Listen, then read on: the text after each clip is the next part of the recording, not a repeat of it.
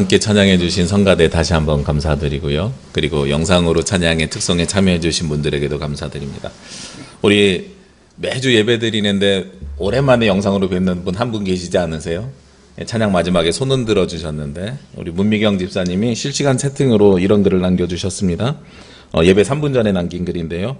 요즘 은혜란 찬양으로 위안을 받고 있었는데 우리 남부교회 성도님들과 함께 나눌 수 있어서 마음이 더 따뜻해지네요. 다들 잘 지내시죠? 모두들 감사와 은혜가 넘치는 추수감사 주일이 되기를 함께 기도합니다. 예배 우리 유튜브 생중계 예배하는데 이 장점 중에 하나가 멀리 있어도 이렇게 실시간으로 소통이 되는 것 같아요. 우리 어쩔 수 없이 온라인으로 예배 드리시는 분들은 이렇게 예배 전에 인사를 남겨주시면 우리 같이 함께 나누는 기쁨이 있을 것 같고요. 우리가 멀리 떨어져 있더라도 하나의 공동체처럼 경험되고 그리고 함께 있음을 경험할 수 있을 것 같습니다. 우리 성가대에게 다시 한번 찬양 드리고요. 성가대가 보신 분들은 있으실지 모르겠는데 실시간으로 성가대 찬양 나가는 중에 아무것도 안 나가면 이상할 것 같아서 제가 이쪽에다 카메라 하나 숨겨놨습니다. 그래서 여러분들이 찬양하는 모습이 그대로 또 실시간으로 같이 또 중계가 돼서 우리 멀리 계시는 분들도 오랜만에 우리 성가대의 찬양을 함께 하나님 앞에 올려드렸을 줄로 믿습니다. 세상이 참 많이 변했습니다. 코로나19로 인해서 우리가 많은 것들이 변했고 두 번째 감사절에 예배를 드리는데 작년에는 이 감사절 예배를 드린 다음에 갑자기 확진자가 확 늘어나서 제주에 확진자가 늘어나서 집합 정지가 됐어요. 그래서 작년 같은 경우는 이 시기부터 딱 감사절 예배가 끝난 다음부터 성탄절이 지나고 1월 말까지 우리가 온라인으로 전면 온라인 예배로 드렸던 기억이 납니다. 그래서 작년에는 감사한 것이 감사절까지 예배 드린 것이 감사하고 그러나 그 다음에 모이지 못한 것에 대해서 좀 불편한 마음이 있었습니다. 올해도 감사절을 준비하면서 지난 주간에 오는 재난 문자를 보면 확진자가 계속 늘어나고 있어서 사실 걱정하고 고민하면서 계속 준비해 왔습니다. 그러면서 올해도 성탄절을 지금 기다리고 있는데 우리가 대림절 기다리는 것을 어떻게 해야 하는지에 대한 고민이 또 한쪽에 자리 잡고 있습니다.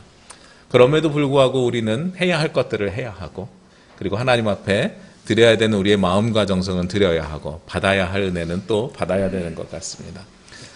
말씀을 준비할 때 제가 단어를 생각하면서 묵상할 때 항상 사용하는 방법이 있는데 반대말을 생각하는 거예요. 감사절을 준비하니까 감사에 대한 단어의 반대말을 한번 생각해 봤습니다. 여러분들은 감사의 반대말이 무엇이라고 생각하십니까? 감사의 반대말 하면 보통 1번으로 사람들이 생각하는 것이 불평입니다. 감사하지 않으면 불평하는 것처럼 우리가 생각하지요. 불평도 당연히 감사의 반대말입니다만 또 다른 반대말들도 있습니다. 제가 말씀을 묵상해 보니까 불평하는 사람에게 감사가 없는 건 당연한데 감사가 없는 사람을 또 잘 찾아보니까 무관심하고 무감각한 사람도 감사가 없는 거예요. 우리가 어떤 사람에게 어떤 도움의 손길을 줬을 때 예 고맙습니다 하고 건조하게 대답하고 돌아가면 준 다음에 우리가 속으로 그러는 거죠. 저 사람은 왜 감사가 없어? 이렇게 이야기하는 거잖아요. 그러니까 감사의 반대말이 불평만 있는 게 아니라 무관심하고 무감각한 것도 감사의 반대말인 거예요. 우리가 감사를 모르고 있으니까요. 이 두 가지만 있는 줄 알았더니 또 있습니다. 이 무감각과 무관심이 발전되면 뭘로 되냐면 당연함으로 됩니다. 우리 여기 자녀들 오랜만에 예배드리는 자녀들이 있는데요. 엄마가 매일 밥 주는 것이 당연한 거잖아요. 그래서 거기에 감사함을 못 느끼는 거죠. 우리 말씀을 준비하면서 같이 모였던 목사님들 중에 한 분이 그런 말씀을 하시더라고요. 자기가 그 아버지 가게에 대학생 돼가지고 한번 일해보겠다고 나가서 같이 일해본 적이 있대요. 1시간 일한 다음에 너무 힘들어가지고 지쳐가지고 다음부터는 와, 이 일이 쉬운 일이 아니구나라는 걸 알게 됐다는 거예요. 그런데 그 목사님이 대학 다닐 때 농구를 하루에 4시간 해도 지치지 않던 분이에요. 그런데 1시간 일하고선 그 힘든 것을 그때 경험하고 나서 내가 4시간 농구하는 것보다 아버지가 1시간 일하는 것이 더 힘든 일인데 그것을 내가 아무렇지도 않게 당연함으로 받아들였구나. 엄마가 밥을 주기 위해서 1시간 정도 준비해갖고 나에게 내주는 것을 내가 아무렇지도 않게 받았구나. 이 당연함이 나에게 존재함을 통해서 내가 감사가 사라졌구나. 그러니까 감사의 세 번째 반대말은 뭐였겠어요? 당연함인 거죠. 거기에서 끝나는 줄 알았더니 감사의 또 다른 반대말이 하나가 더 있습니다. 네 번째 반대말이요. 어떤 것이 또 감사의 반대말이냐면 자기 교만입니다. 하나님의 은혜로 이루어진 일, 어려운 일들을 하나님의 은혜로 이루어진 일들이 있는데 내가 열심히 해서 내가 똑똑해서 이뤘어. 그러면 그것은 하나님께서 나에게 주신 은혜에 감사를 하는 그 감사의 기회조차 사라져버린 거죠. 그래서 자기 교만 혹은 자기가 주인된 삶, 이것도 감사의 또 다른 반대말이 되는 거예요. 우리는 감사의 반대말이 불평하는 것만 있는 줄 알았더니 불평하지 않더라도 무관심하게 사는 삶, 무관심하는 것을 넘어서서 모든 것 나에게 주어진 것이 당연한 줄 아는 삶, 그리고 그걸 또 넘어서서 나에게 주어진 것이 내가 잘나서 된 줄 아는 삶, 이 모든 것들이 다 무엇의 반대말이라고요? 감사의 반대말이라고요. 그래서 우리가 감사하면서 살려면 어떤 삶을 살아야 되냐면 예민하고 민감한 삶을 살아야 됩니다. 나에게 주신 것에 대해서 예민하고 민감한 삶을 살아야 돼요. 오늘 성경 본문은요, 계속 고린도전서 말씀을 계속 나누다가 오늘 다음 장의 순서가 고린도전서의 말씀이 9장을 나눠야 되는데 감사하고 맞지가 않아가지고 한 주 정지하고, 오늘은 고린도 후서의 말씀, 우리가 찬양 드렸던 이 말씀이 우리가 부른 찬양이 어떤 의미인지를 한번 나눠보고 싶었던 거예요. 오늘 말씀은 3절에 이렇게 시작합니다. 우리가 이 직분이 비방을 받지 않게 하려고 하면서 직분에 대한 이야기를 하거든요. 사실 1절에 보면 우리가 하나님과 함께 일하는 자로서 너희를 권하노니 하나님의 은혜를 헛되이 받지 말라 하고 말씀이 전제하고 시작이 돼요. 우리가 하나님의 직분자, 즉 그리스도인으로 세상에서 살아가는 것. 이 직분이라는 건 일꾼으로 살아간다는 것은 무슨 목사나 장로님이나 권사님이나 집사님이나 이렇게 직분이 아니고요. 이 고린도 교회 상황 속에서는 그리스도인이 되는 게 어려운 일이었거든요. 그래서 그리스도인으로 살아가는 것도 직분자의 삶인 거예요. 그런데 그 직분자로 살아갈 때에 무엇을 헛되이 받지 말라 그래요? 하나님의 은혜를 헛되이 받지 말라. 이 얘기는 하나님의 은혜를 무감각하게 받지 말라, 당연한 것으로 받지 말아라 라고 이야기하는 겁니다. 하나님께서 우리에게 은혜를 주실 때에는 이유가 있어서 주신 것이다 라는 말씀이에요. 하나님께서 여러분을 그리스도인으로 세워주시고 그리스도인으로 불러주시고 그리스도인으로 살게 하신 데에는 이유가 있다는 겁니다. 그런데 그 그리스도인으로 살아갈 때 어떻게 살아가야 돼요? 3절 말씀에 이 직분이, 이 그리스도인으로 살아가는 것이 비방을 받지 않게 하려고 무엇에든지 아무에게든지 거리끼지 않게 하고, 사람들로부터 쉽게 말해서 손가락질 받지 않게 하고 라는 말이에요. 제가 아까 시작할 때 코로나의 상황에 대해서 말씀을 드렸습니다. 코로나19로 두 번째 맞는 추수감사 주일입니다. 작년에도 그랬고 올해도 그랬고 지난 한 해 동안 여러분들에게 감사를 찾아보라고 제가 말씀을 드렸습니다. 이건 매년 드리는 말씀인데 지난해하고 올해는 참 어려운 시기 속에 감사를 찾기가 더욱더 힘든 것 같아요. 힘드니까, 어려운 고난과 고통이 많으니까 이 가운데서 감사의 제목이 우리에게 줄어들었겠죠. 그래서 감사를 찾기가 더 어려웠을 겁니다. 성도들도 힘들었겠지만 사실은 교회도 굉장히 많이 힘들었습니다. 때로는 모여서 예배드리지 못하고요. 근 2년 만인가요? 성가대가 다시 찬양 드릴 수 있는, 물론 지난 1, 2월 달에 잠깐 했지만 다시 또 확산돼가지고 하나님 앞에 찬양 드리는 것도 쉽지 않았고요. 아직도 교회에서 식사의 교제는 나누지 못하고 있고요. 여러 가지가 참 어려워져 있습니다. 그런데 세상 사람들은 요즘은 힘들다, 아프다 이런 얘기들을 하기 시작합니다. 우리 하고 있는 이 업종이 코로나 때문에 타격받았어요. 정부에서 도와주세요. 힘들어요. 도와주세요. 라는 이야기를 외치고 있습니다. 실제로 도와주는지 안 도와주는지 모르겠지만 어쨌든 우리 힘들어요. 아프고 힘들어요. 고통스러워요. 라는 이야기를 하고 있어요. 그런데 교회가, 우리 교회는 그래도 지출도 줄어서 헌금 수입이 줄어도 운영하는 데는 큰 어려움은 없습니다만, 힘들고 어렵긴 하지만 큰 어려움은 없습니다만, 그런데 다른 교회들은 아주 심각한 상태에 놓여 있는 교회들이 많이 있어요. 근데 교회는 힘들다는 이야기를 못해요.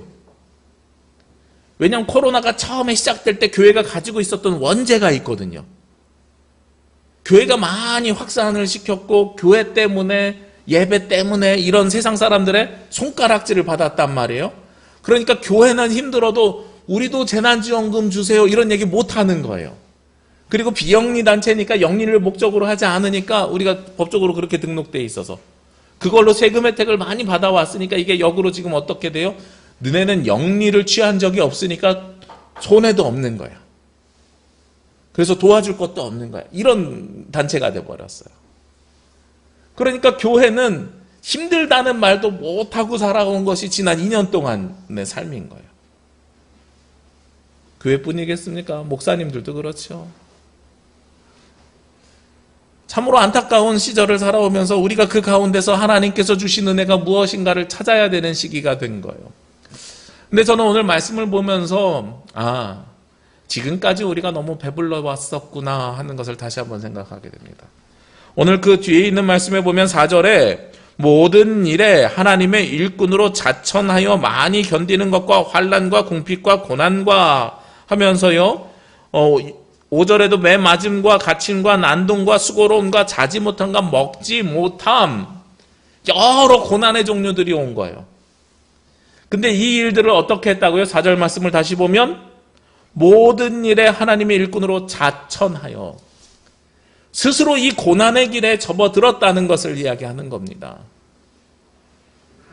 고린도 교회가 있던 초대교회, 기독교가 공인되기 이전에는 기독교인이라고 하면 핍박을 받았고요, 고통을 받았고요, 여기에 있는 4절과 5절의 고난과 환난과 매맞음과 어려움과 궁핍함을 다 당하던 시절이었던 거예요.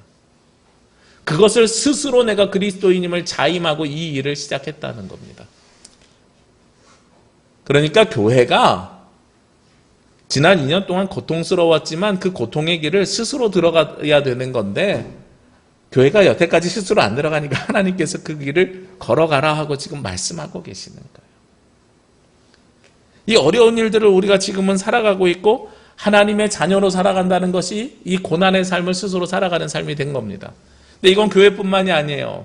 이제는 그리스도인으로 살아간다는 것 자체가 여러분들이 세상 사람들로 하여금 아까 말씀드린 것처럼 3절에 있는 말씀 것처럼 아무에게도 거리끼지 않게 하기 위해서, 아무에게도 손가락질 받지 않기 위해서 여러분들이 어떤 삶을 사셔야 되냐면 스스로 불편한 삶을 살으셔야 되는 겁니다. 다른 사람들을 신경 써야 하고 다른 사람들로부터 손가락질을 받지 않기 위해서 스스로 신경 쓰는 삶을 살아야 되고요. 그리고 필요하다면 그리스도의 일꾼으로 그 삶을 살아가면서 자천하여서 스스로 고난의 길도 걸어가야 되는 것입니다. 우리 함께 드렸던 이 찬양 속에서도요, 환난과 고통과 고난 속에서도 성도들은 무엇을 지켰다고 고백해요? 그 믿음을 지켰다고요. 우리가 불렀던 이 찬양이 그냥 쉬운 찬양이 아니고요, 내 입술의 모든 말과 내 마음의 묵상이 주님께 연락되기를 원하는 마음으로 살아갔던 그리스도인들이 어떻게 그 삶을 살은 것이냐면 내가 고난당할 줄 알면서도 그 믿음을 지키면서 살았던 초대교회의 삶을 그대로 드러낸 찬양이었던 거예요. 그렇게 고난의 길을 걸어갈 때 세상 사람들이 그러면 우리를 알아주었겠습니까? 아무것도 알아주지 않아요. 오늘 이 5절 말씀의 맨 뒤에 한 단어에 주목해 보시자고요. 매맞음과 갇힘과 난동과 수고로움과 자지 못함과 먹지 못함 다음에 맨 뒤에 단어가 뭐예요? 가운데서도. 그러한 상황 속에서도라는 거예요. 그러한 일들이 지금도 내 앞에 끊임없이 벌어지고 있는 그 가운데서도 나는 무엇을 했느냐? 6절과 7절 말씀에 보면 그 가운데서도 우리의 삶의 태도, 그리스도인들의 삶의 태도가 어때야 되는지를 이야기합니다. 깨끗함과 지식과 오래 참음과 자비함과 성령의 감화와 거짓 없는 사랑과 진리의 말씀과 하나님의 능력으로 의의 무기를 좌우에 가지고. 제가 말씀을 준비하면서 보니까 이 2절만 가지고도 몇 줄을 설교할 수 있겠더라고요. 여기서 이야기하는 깨끗함, 여기서 이야기하는 지식, 여기서 이야기하는 오래 참음, 자비함, 이 한 단어 한 단어에 대해서 우리가 다 그리스도인들이 가져야 되는 덕목이었던 거예요. 이러한 일들을 가지고 이것이 무엇인가를 깊이 말씀을 묵상하면서 나눌 수 있겠더라고요. 고난 속에서도 그리스도인들은 이런 것들을 지켜야 되는 거예요. 성도는 그 믿음 지켰다는 의미가 바로 진리의 말씀과 하나님의 능력으로 이 모든 것들을 지켜왔다는 겁니다. 성경에서 사랑을 이야기할 때도 무엇을 이야기하냐면 제일 먼저 고린도전서 13장에 보면 사랑은 뭐가 나와요? 오래 참고. 오늘도 보면 세 번째 오래 참음. 성령의 열매도 중요하게 나오는 것이 오래 참음입니다. 성도가 그 믿음을 지키기 위해서 가장 중요하게 해야 되는 것 중에 하나가 바로 이 인내, 오래 참음이에요. 그런데 이 오래 참음을 가지고선 거기에만 있는 것이 아니라 거기에 더하여서 진리의 말씀과 하나님의 능력이 우리 가운데 임하여졌을 때 성도는 그것을 지켜나갈 수 있노라라고 이야기하는 거죠. 코로나19를 하나님께서 교회에 왜 이렇게 허락해 주셨을까? 고민되고 걱정되고 신경 쓰이거든요. 그런데 그 가운데 우리에게 허락해 주신 이유가 있죠. 지금 이 기간을 통해서 이게 금방 3개월이면 지나갈 줄 알았는데 1년이면 끝날 줄 알았는데 벌써 2년이 됐죠. 위드 코로나 하면서 이번 달에 정리가 돼가지고 다음 달에는 점점 더 많이 모일 수 있도록 발전되면 좋겠는데 어쩌면 지금 추세가 다시 또 예전으로 돌아갈 수 있을지도 모르겠어요. 그럼 우리가 아직 오래 참음 인내 기간이 아직 다 한 것이 아닌가, 더 참아야 되나, 이런 고민을 하게 됩니다. 그러면서 목회적으로는 사실은 연말이 되면서 새로운 한 해를 또 준비해야 되는데요. 어떤 고민이냐면 우리가 그냥 코로나 이전으로 돌아간다, 과거로 돌아가는 게 맞느냐, 아니면 새로운 패러다임으로 새로운 미래를 준비하면서 새로운 방향성을 가지고 가야 되느냐, 이런 고민도 또 생기게 됩니다. 오늘 성경에서 가지고 있는 이야기는 우리의 삶을 정결하게 하고 깨끗하게 하고 거기에 진리의 말씀과 하나님의 능력을 세우라고 이야기를 해요. 그 상황 속에서 그 바탕을 다시 기초를 가지고 거기서 시작하라고 이야기합니다. 그러면서요 8절부터 10절까지는 역설적인 말씀들이 끊임없이 이어집니다. 영광과 욕됨으로 그러했으며 악한 이름과 아름다운 이름으로 그러했으며, 이게 두 개가 상반되는 일인 거죠. 그러면서 그 뒤에 8절에 우리는 속이는 자 같으나 참되고 무명한 자 같으나 유명한 자요 죽은 자 같으나 보라 우리가 살아있고 징계를 받는 자 같으나 죽임을 당하지 아니하고 근심하는 자 같으나 항상 기뻐하고 가난한 자 같으나 많은 사람을 부유하게 하고 아무것도 없는 것 같으나 모든 것을 가진 자로다. 앞에 있는 이야기는 뭐예요? 부정적인 이야기죠. 아무것도 없는 자 같은 사람, 무명한 사람, 가난한 사람, 이것은 부정적인 이야기인데 그냥 부정적인 이야기가 아닌 거예요. 세상 사람들이 그리스도인들을 바라볼 때 그런 시점으로 바라볼 수도 있다는 겁니다. 내가 세상 사람들의 눈높이에 맞춰서 살면 내가 추구하는 것이 내가 볼 때 나는 가난한 사람이야, 나는 무명한 사람이야, 나는 아무것도 없는 사람이야, 이럴 수 있다는 거예요. 그런데 뒤에 있는 관점은 누구의 관점이겠어요? 하나님의 시선입니다. 너는 무명한 사람인 것처럼 네가 스스로 생각하지만 너 유명한 사람이야. 하나님이 네 이름 알거든. 너 가난한 사람인 것 같지만 너 부유한 사람이야. 이 땅에선 가난이 있을지 몰라도 하나님 나라에는 큰 부유함이 너에게 주어져 있거든. 지금 네가 아무것도 할 수 없어. 그래서 아무것도 가진 자 없는 자야. 걱정하지 마. 넌 모든 것 가지고 있는 사람이야. 지금 네가 무엇이든 하려고 하면 하나님의 은혜로 인도하심으로 내가 너를 모든 것 할 수 있도록 도와줄 거야 라고 말씀하고 계시다는 거예요. 저는 이 여러 역설 가운데서 사실 가장 꽂혀있는 단어가 하나 있습니다.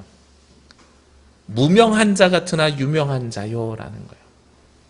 우리 찬양에도 후렴구에도 나오잖아요. 너희는 무명하나 유명한 자요 하고 찬양에 나오죠. 사람들이 많이 관심 갖는 것이 이 안에 다 있습니다. 우리가 갖고 싶어하는 것, 돈, 명예, 가난한 자 같으나 부유한 자고 명예, 이름이 없는 자 같으나 이름 있는 자다. 이게 사람들이 갖고 싶어하는 일반적인 것들이에요. 근데 이 무명한 자 같으나 유명한 자요라는 이 단어에 꽂혀있는 다른 여러 역설 가운데 이 단어에 제가 특히 눈에 보이는 것은 뭐냐면 여러분에게도 몇 번 소개시켜드렸지만 제가 인상 깊게 읽었던 책 한 권 때문입니다. 그 책의 제목은 뭐냐면 하나님의 눈에만 보이는 여자예요. 여기에 주인공 여성이 어느 날 아침에 문득 그런 생각이 듭니다. 나 시리얼 줘, 아침밥 줘, 나 넥타이 어딨어? 내 이름이 시리얼 줘야? 내 이름이 넥타이 어딨어야? 이런 고민을 하는 거예요. 내 이름은 뭐지? 그러다 친구 집에 놀러 갔더니 친구가 유럽 여행 갔다 온 사진을 보여줘요. 그 사진 속에서는 600년, 700년째 지었던 교회 건물을 짓는 이야기가 있어요. 그리고 600년, 700년 동안 지을 때 그것을 어느 신부가 지었느냐는 그 사람의 이름이 중요한 것이 아니라 그것을 지었던 수없이 많은 이름 없는 사람들을 발견하게 됩니다. 그리고 그 사람들의 이름을 누가 기억해 준다고요?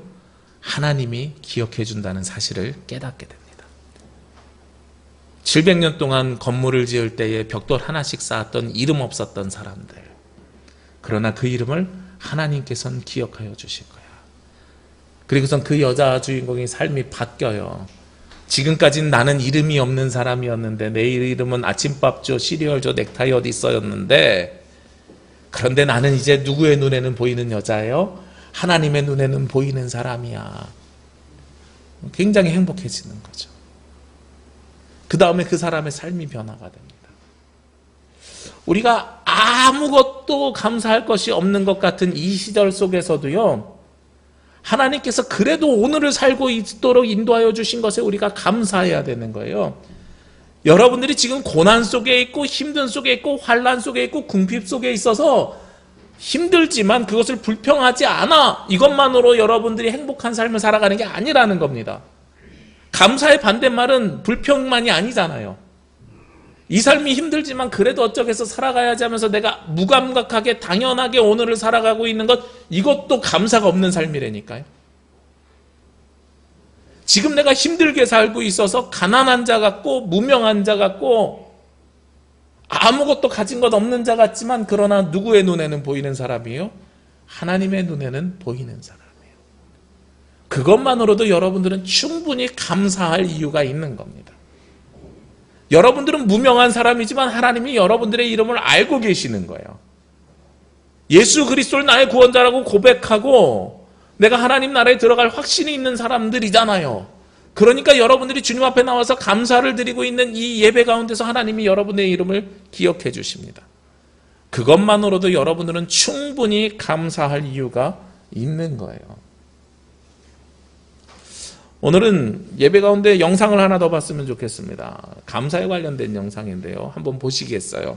우리 화면을 PPT로 잠깐 넘겨줄까요? 네.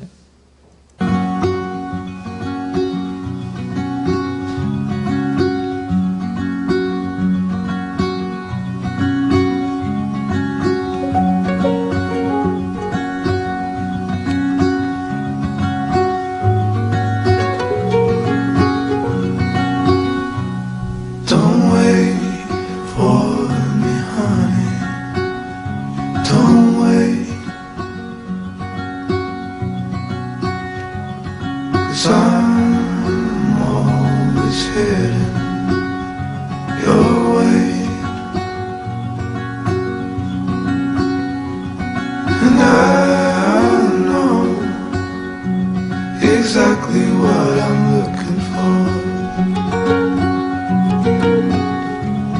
And as we grow, I'll keep running till I can't no more.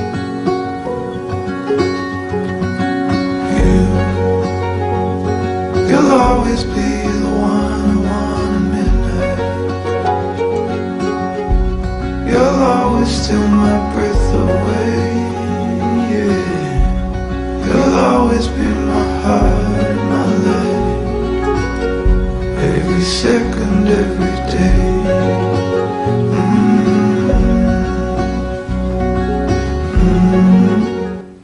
네, 똑같은 감사인데도 깊이가 달라요. 한번 다시 보면서 설명을 드리면 우리가 배고플 때 누군가가 그냥 빵을 주면 그 빵을 준 것에 대한 감사입니다. 1차적인 감사예요. 나에게 필요한 무엇인가가 있는데 그 필요한 것이 채워지면 거기에 감사하는 것이 1차적인 감사입니다. 배고플 때 밥 주면 그게 감사한 거죠. 그런데 더 깊은 감사는 어떤 것이냐면 내가 배고플 것을 미리 알고 때를 알고 누군가가 나에게 챙겨주잖아요. 그럼 그 사람에게 감사하는 겁니다. 빵 자체에 감사하는 것이 아니라 나에게 빵을 주신 분에게 감사를 드리는 거죠. 그것이 더 깊은 감사, 2단계, 2단계의 감사예요. 그런데 우리 그리스도인들이 해야 되는 감사는 2단계가 아니라 3단계, 더 깊은 감사. 그 사람이 나에게 빵을 주는데 그냥 주는 게 아니라 나를 사랑해서 준다는 것을 내가 기억하는 겁니다. 그래서 그 사랑에 감사, 빵의 감사가 아니라 빵을 주는 사람에 대한 감사가 아니라 나를 사랑해서 주는 그 사랑에 대한 감사를 우리는 받아야 되는 거죠. 그리고 거기에 대해서 감사를 하는 것이 3단계의 감사. 그러면 우리가 하나님 앞에 무엇을 감사할 수 있겠어요? 오늘 여러분들이 필요한 것들이 있으면 하나님 앞에 기도하셔야 되겠죠. 감사절이니까 이 시간 올려드린 이 감사가 어떤 의미예요? 나에게 주신 물질에 대한 감사, 나에게 주신 은혜에 대한 감사, 이런 감사에 머물러 있으시겠어요? 아니면 이것을 하나님께서 주셨으니까 그 하나님께 감사드리는 것에서 머물러 있겠어요? 우리는 보통 이 2단계까지 감사를 해요. 그런데 하나님이 나에게 이런 것들을 줄 때 그냥 주시는 게 아니거든요. 하나님이 나를 사랑해서 주시는 겁니다. 하나님이 여러분들을 사랑해서 주시는 겁니다. 그러니까 그 사랑에 대한 우리는 감사를 드려야 되는 거예요. 집에서 엄마가 자녀들에게 밥을 줄 때요, 여러분들이 밥을 받으면 밥 주셔서 감사합니다. 물론 너무 당연해서 이 감사도 요즘 우리 아이들은 안 하더라고요. 감사만 안 하는 정도가 아니라 왜 오늘 반찬 또 이거예요? 이런 이야기도 들어본 적 있어요. 불평까지도 가요. 불평하지 않더라도 주는 것 그냥 당연하게 받아요. 그런데 거기에 감사, 주셔서 감사합니다, 이것만으로도 감동은 받아요. 왜냐하면 불평도 안 하고 당연하게 받는 것도 아니고 감사합니다 이 말을 하는 것만으로도 감사한데, 근데 지난 어버이날이었던가요? 저희 둘째 아이가 밥을 만들어주셔서 감사합니다, 2번째 2단계 감사란 거죠. 마음에 더 진한 감동이 오는 거예요. 그래, 밥 자체에 감사하는 게 아니라 나에 대해서 감사를 하는구나. 근데 1년에 한 번인 것 같아요, 어버이날에만. 우리도 추수감사절만 하나님 앞에 감사하는 거잖아요. 근데 그것보다 더 중요한 감사가 무엇이라고요? 3단계 감사요. 우리는 무명하지만 유명한 자지요. 하나님의 눈에만 보이는 사람입니다. 하나님이 여러분들의 이름을 알고 계시다는 건 하나님이 여러분을 사랑하신다는 겁니다. 여러분에게 관심이 있다는 겁니다. 그럼 우리는 하나님 앞에 무엇을 감사해야 돼요? 하나님이 나를 사랑해 주셔서 나를 구원하여 주셨음에 감사를 드려야 되는 거죠. 저는 이 영상을 본 다음부터 식사기도에 대한 감사가 바뀌었습니다. 식사기도 할 때마다요, 하나님 오늘도 맛있는 음식 주셔서 감사합니다. 음식 주심에 감사했거든요. 하나님 때를 따라서 나에게 먹을 것을 주시니 감사합니다. 이거 배고플 때만 했던 감사예요, 2단계 감사가. 근데 이 영상 본 다음에는요, 바뀌었어요. 하나님 오늘도 날 사랑해 주셔서 나에게 이런 기회를 주시는군요. 오늘도 예배 준비하면서요, 일부 예배를 안 모이니까 저는 같은 시간에 내려와서 준비하고 강대상에 앉아서 기도를 오래 했어요. 일부 때 말씀을 전한 시간만큼 앉아서 기도를 하는 시간이 있는데, 오늘도 하나님 앞에 그런 감사가 생기는 거예요. 하나님, 말씀을 전할 수 있도록 인도해 주심에 감사, 여기까지가 보통 했던 감사인데, 하나님 나를 사랑해 주시고 우리 남부교회 성도들을 사랑해 주셔서 우리가 오늘도 모여서 예배할 수 있네요. 이게 얼마나 감사한지요. 3단계 감사가 생기는 거예요. 여러분들이 행하는 모든 일들은 하나님이 여러분들을 사랑하시기 때문에 여러분들이 할 수 있는 일들입니다. 그렇기 때문에 여러분들은 오늘 말씀의 맨 마지막처럼 아무것도 없는 사람들이지만 모든 것을 가진 사람들이 되는 거예요. 지금 내 손에는 아무것도 없는 것처럼 보이지만 나를 사랑해 주시는 하나님이 계시는데요, 그 하나님이 어떤 분이세요? 세상의 모든 것을 어떻게 하신 분이라고요? 창조하신 분이라고요.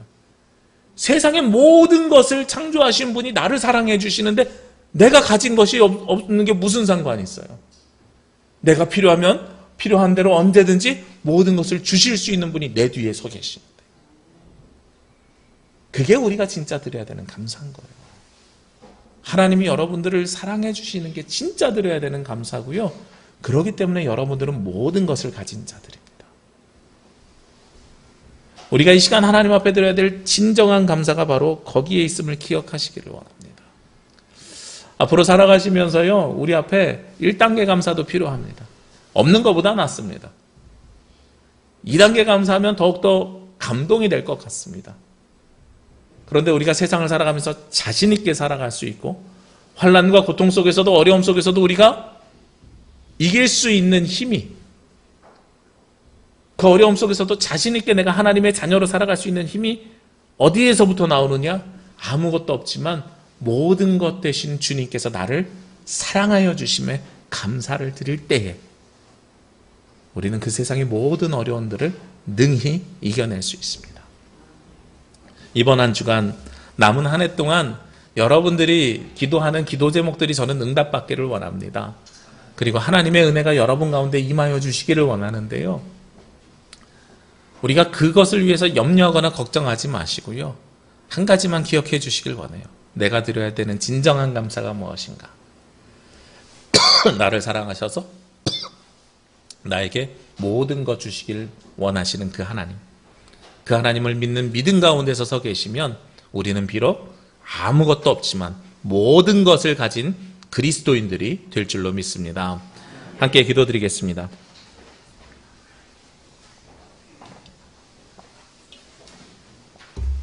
사랑과 은혜가 충만하신 아버지 하나님, 저희들은 무명한 자들입니다.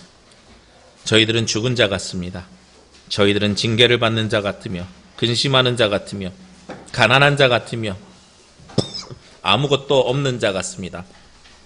그러나 우리를 유명한 자로, 우리를 살아있게 하시고 우리를 기뻐할 수 있게 하시고 우리를 부여하게 하시고 우리에게 모든 것을 주시는 하나님 앞에 감사하며 나아가길 원합니다. 저희들의 삶을 변화시켜 주셔서 아무것도 없지만 모든 것을 가진 자로서 하나님의 자녀로서 그리스도인으로서 그 삶을 살아갈 수 있도록 인도하여 주시옵소서. 이 모든 말씀 예수 그리스도의 이름으로 기도합니다. 아멘.